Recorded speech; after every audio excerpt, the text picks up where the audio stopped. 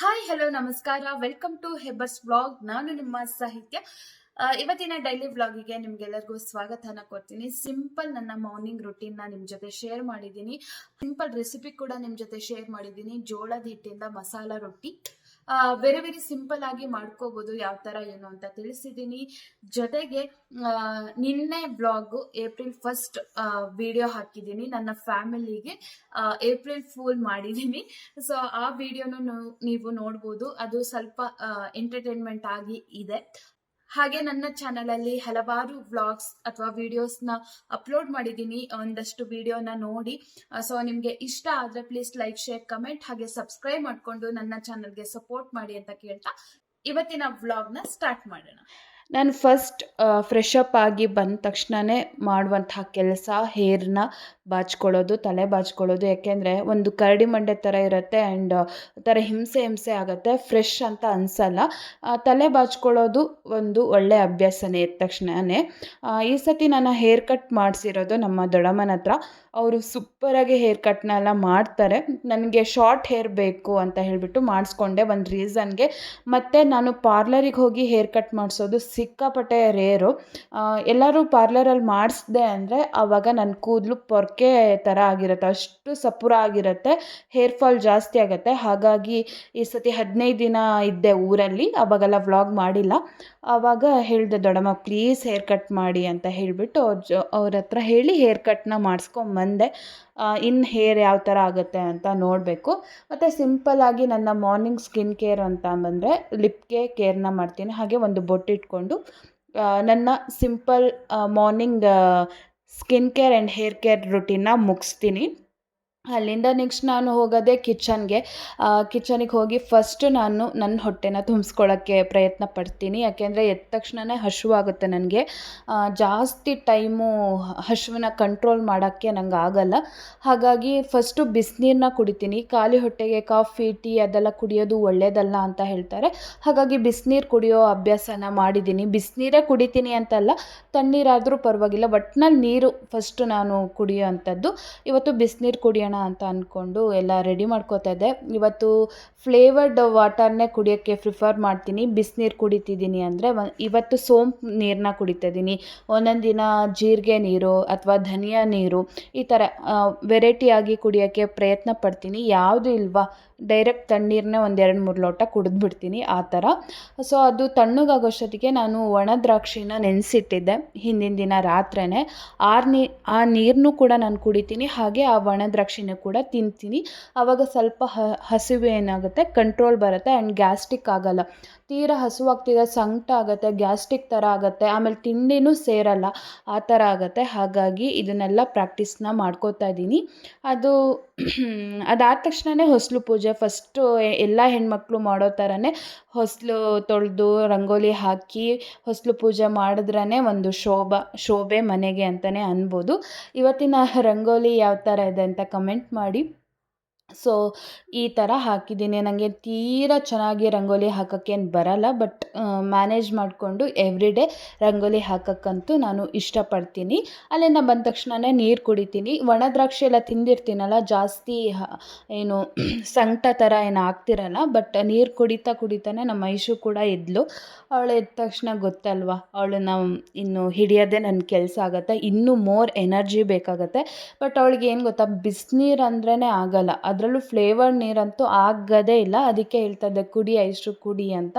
ಅವಳು ಕುಡಿಯೋಕ್ಕೆ ಏನಂದರೂ ಒಪ್ಪೋದೇ ಇಲ್ಲ. ಬೇಕಾದರೆ ತಣ್ಣೀರು ಕುಡಿತಾಳೆ, ಈ ಥರ ಬಿಸಿನೀರು, ಬಿಸಿ ನೀರು ಅಥವಾ ಫ್ಲೇವರ್ಡ್ ನೀರಂತೂ ಕುಡಿಯೋದೇ ಇಲ್ಲ.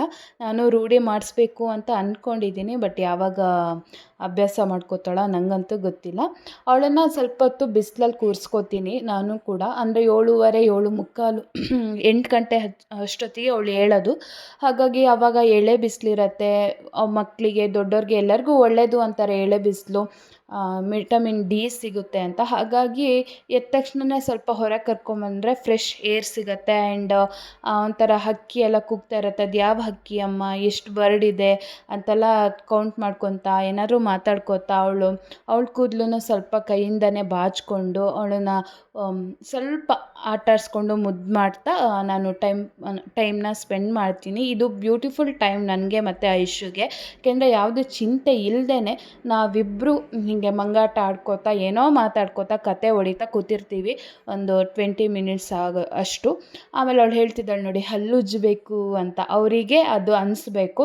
ಒಂದೇ ಸತಿ ಎದ್ದ ತಕ್ಷಣವೇ ಬಾತ್ರೂಮಿಗೆ ಕರ್ಕೊಂಡೋಗಿ ಹಲ್ಲುಜ್ಜಿಸಿ ಎಲ್ಲ ಫ್ರೆಶ್ ಅಪ್ ಮಾಡೋಕ್ಕಿಂತ ಈ ಥರ ಸ್ವಲ್ಪ ಹೊತ್ತು ಅವ್ರ ಜೊತೆ ಟೈಮ್ ಸ್ಪೆಂಡ್ ಮಾಡಿ ಒಂದು ನಾರ್ಮಲ್ ಮೈಂಡ್ ಸೆಟ್ಟಿಗೆ ಬರೋ ತನಕ ಅವ್ರ ಜೊತೆ ಇದ್ದು ಆಮೇಲೆ ನಮ್ಮ ಇಷ್ಟಕ್ಕೆ ಅವರು ಬಾಗ್ತಾರೆ. ಇಲ್ಲ ಅಂದರೆ ಆಗೋದೇ ಇಲ್ಲ. ಅದ್ರ ಜೊತೆನೂ ಅವಳು ಚಾಷ್ಟೆ ಏನು ಕಡಿಮೆ ಆಗೋಲ್ಲ. ಎಲ್ಲ ಮಕ್ಕಳಿಗೂ ಆ ಬೊಟ್ಟು ಮೇಲೆ ಕಣ್ಣು ಅಂತ ಅನಿಸುತ್ತೆ. ನಾನು ತುಂಬ ಮಕ್ಕಳನ್ನ ಅಬ್ಸರ್ವ್ ಮಾಡಿದ್ದೀನಿ, ಬೊಟ್ಟು ಇಟ್ಕೊಂಡ್ರೆ ಅದನ್ನು ತೆಗಿಯೋಕ್ಕೇ ಪ್ರಯತ್ನ ಪಡ್ತಾ ಇರ್ತಾರೆ. ಸೊ ಅವಳು ಕೂಡ ಇವಾಗ ಫ್ರೆಶ್ ಅಪ್ ಆಗೋಕ್ಕೆ ರೆಡಿ ಆಗ್ತಾ ಇದ್ದಾಳೆ. ಅವಳನ್ನು ಫ್ರೆಶ್ ಅಪ್ ಮಾಡಿ ಆಮೇಲೆ ಬ್ರೇಕ್ಫಾಸ್ಟಿಗೆಲ್ಲ ಏನು ಮಾಡೋದು, ಎಂಥ ರೆಸಿಪಿ ಮಾಡೋದು ಅಂತ ನಿಮ್ಮ ಜೊತೆ ಇವಾಗ ಶೇರ್ ಮಾಡ್ತಾ ಇದ್ದೀನಿ. ನಾನು ಜೋಳದ ಹಿಟ್ಟಿಂದ ಮಸಾಲ ರೊಟ್ಟಿನ ಮಾಡೋಣ ಅಂತ ನಾನು ಆರ್ಗ್ಯಾನಿಕ್ ಜೋಳದ ಹಿಟ್ಟನ್ನ ತಗೋತಾ ಇದ್ದೀನಿ. ನೀವು ಯಾವ ಕಂಪ್ನಿದು ಜೋಳದ ಹಿಟ್ಟು ಬೇಕಾದರೂ ತೊಗೋಬೋದು, ಏನು ತೊಂದರೆ ಇಲ್ಲ.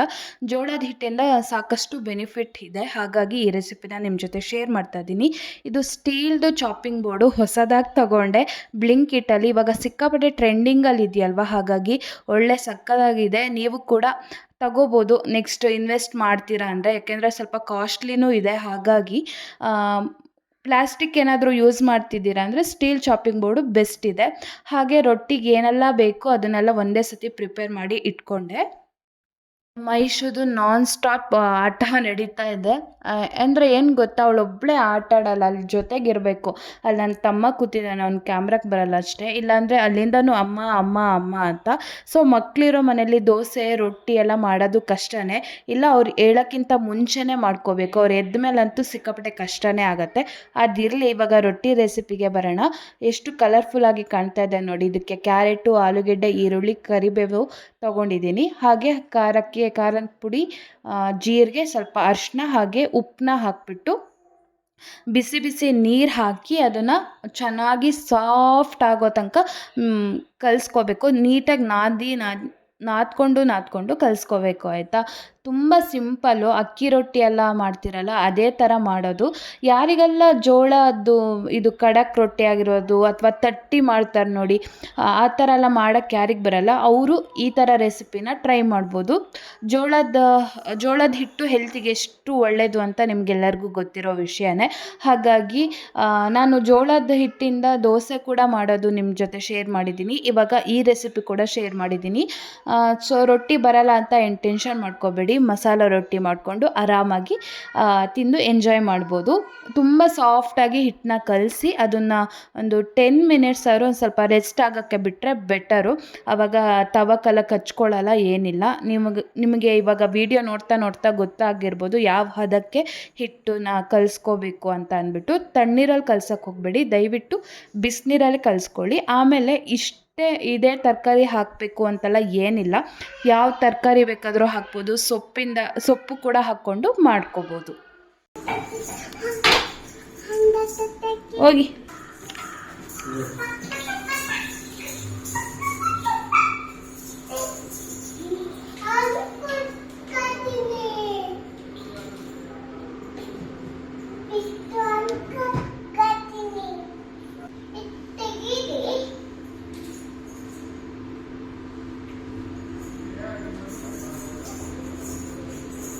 ರೊಟ್ಟಿ ಹಿಟ್ಟು ರೆಡಿ ಮಾಡಿ ಒಂದು 10 ನಿಮಿಷ ಆಯಿತು. ಇವಾಗ ರೊಟ್ಟಿ ಮಾಡೋಣ ಬನ್ನಿ. ಸೊ ಜೊತೆಗೆ ಐಶುದು ಆಟ ಕೂಡ ನೋಡಿದ್ರ. ಸೊ ಡೈಲಿ ಇದೇ ಥರ ನಮ್ಮ ರುಟೀನು. ಐಶುದು ಆಟ ನೋಡೋದು, ಈ ಕಡೆಯಿಂದ ತಿಂಡಿ, ಅಡುಗೆ, ಮನೆ ಕೆಲಸ ಮಾಡಿಕೊಂಡು ಆರಾಮಾಗಿದ್ದೀನಿ. ಇವಾಗ ನೋಡ್ತಾನೆ ರೊಟ್ಟಿ ನೋಡಿ ಎಷ್ಟು ಚೆನ್ನಾಗಿ ಆಯಿತು ಅಂತ ಅಂದ್ಬಿಟ್ಟು ಇದು ಏನು ತವಕ್ಕೆಲ್ಲ ಅಂಟ್ಕೊಳ್ಳೋದು ಕಚ್ಕೊಳ್ಳೋದು ಆ ಥರದ್ದೆಲ್ಲ ಏನಾಗಲ್ಲ, ಆರಾಮಾಗಿ ಮಾಡ್ಕೋಬೋದು. ತೆಳುವಾಗಿ ಬೇಕಾದರೂ ರೊಟ್ಟಿನ ತಡ್ಕೋಬೋದು, ಇಲ್ಲ ಸ್ವಲ್ಪ ದಪ್ಪ ಬೇಕಂದರೆ ದಪ್ಪ, ನಿಮ್ಗೆ ಯಾವ ಥರ ಬೇಕೋ ಆ ಥರ. ಯಾರು ಈ ರೆಸಿಪಿನ ಟ್ರೈ ಮಾಡ್ತೀರಾ ಪ್ಲೀಸ್ ನನಗೆ ಕಮೆಂಟ್ ಮಾಡಿ. ಯಾಕೆಂದರೆ ನನ್ನ ರೆಸಿಪಿ ಟ್ರೈ ಮಾಡಿ ನಮ್ಮ ಅಕ್ಕನ ಹತ್ರ ದೊಡ್ಡಮ್ಮನ ಹತ್ರ ಎಲ್ಲ ಚೆನ್ನಾಗಿದೆ ಅಂತ ನೀವು ಹೇಳ್ತೀರಾ, ಅದು ನನಗೆ ಖುಷಿ ಆಗುತ್ತೆ. ನೀವು ಡೈರೆಕ್ಟಾಗಿ ನಂಗೆ ಕಮೆಂಟ್ ಹಾಕಿದ್ರೆ ಅದಕ್ಕಿಂತ ಜಾಸ್ತಿ ಖುಷಿ ಆಗುತ್ತೆ. ಹಾಗಾಗಿ ನಿಮ್ಮ ಜೊತೆ ಇದೊಂದು ವಿಷಯನ ಶೇರ್ ಮಾಡ್ತಾ ಇದ್ದೀನಿ. ಐಶುಗೆ ತಿಂಡಿ ಮಾಡು ಅಂತ ಕೊಟ್ಟರೆ ಅವಳದು ಆಟನೇ ಆಗಿದೆ, ತಿಂಡಿ ಒಂದು ಮಾಡಲ್ಲ. ಯಾಕೆಂದರೆ ಐಶು ನೀನು ದಪ್ಪ ಇದೆಯಾ ಅಥವಾ ಊಟ ಚೆನ್ನಾಗಿ ಮಾಡ್ತೀಯಾ ಅಂತ ಏನಾದರೂ ಹೇಳಿದ್ರೆ, ದೃಷ್ಟಿ ತಾಗಿದ್ರೆ ಅವ್ರು ಊಟ ಮಾಡೋದು ಕನಸಿನ ಮಾತೆ ಸರಿ. ಕೈ ಕಾಣ್ತೀವಿ.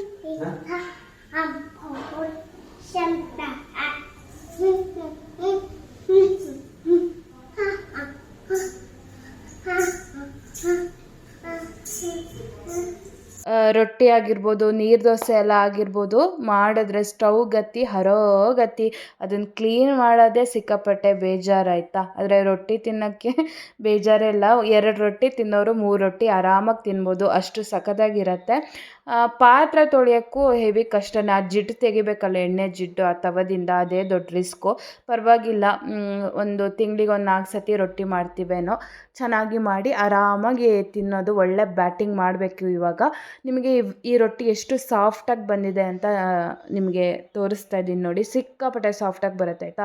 ನೀವು ಬೇಕಾದರೆ ಲಂಚ್ ಬಾಕ್ಸಿಗೂ ಕಟ್ಕೊಡ್ಬೋದು, ಸಂಜೆ ತನಕ ಇಷ್ಟೇ ಸಾಫ್ಟಾಗಿರುತ್ತೆ. ಆ್ಯಂಡ್ ಹೆಲ್ದಿ ಕೂಡ, ಟೇಸ್ಟಿ ಕೂಡ. ಆರಾಮಾಗಿ ನೀವು ಮನೆಯಲ್ಲಿ ಟ್ರೈ ಮಾಡ್ಬೋದು. ಟ್ರೈ ಮಾಡಿದರೆ ಆವಾಗಲೇ ಹೇಳ್ದಂಗೆ ಪ್ಲೀಸ್ ಕಮೆಂಟ್ ಮಾಡಿ ಈ ರೆಸಿಪಿ ಯಾವ ಥರ ಬಂತು ಅಂತ ಅಂದ್ಬಿಟ್ಟು. ಯಾಕೆಂದರೆ ನೆಕ್ಸ್ಟ್ ರೆಸಿಪಿ ಎಲ್ಲ ಶೇರ್ ಮಾಡೋಕ್ಕೆ ನನಗೂ ಒಂದು ಮೋಟಿವೇಶನ್ ಸಿಗುತ್ತೆ ಅಂತ ಅಷ್ಟೇ ಗೈಸ್.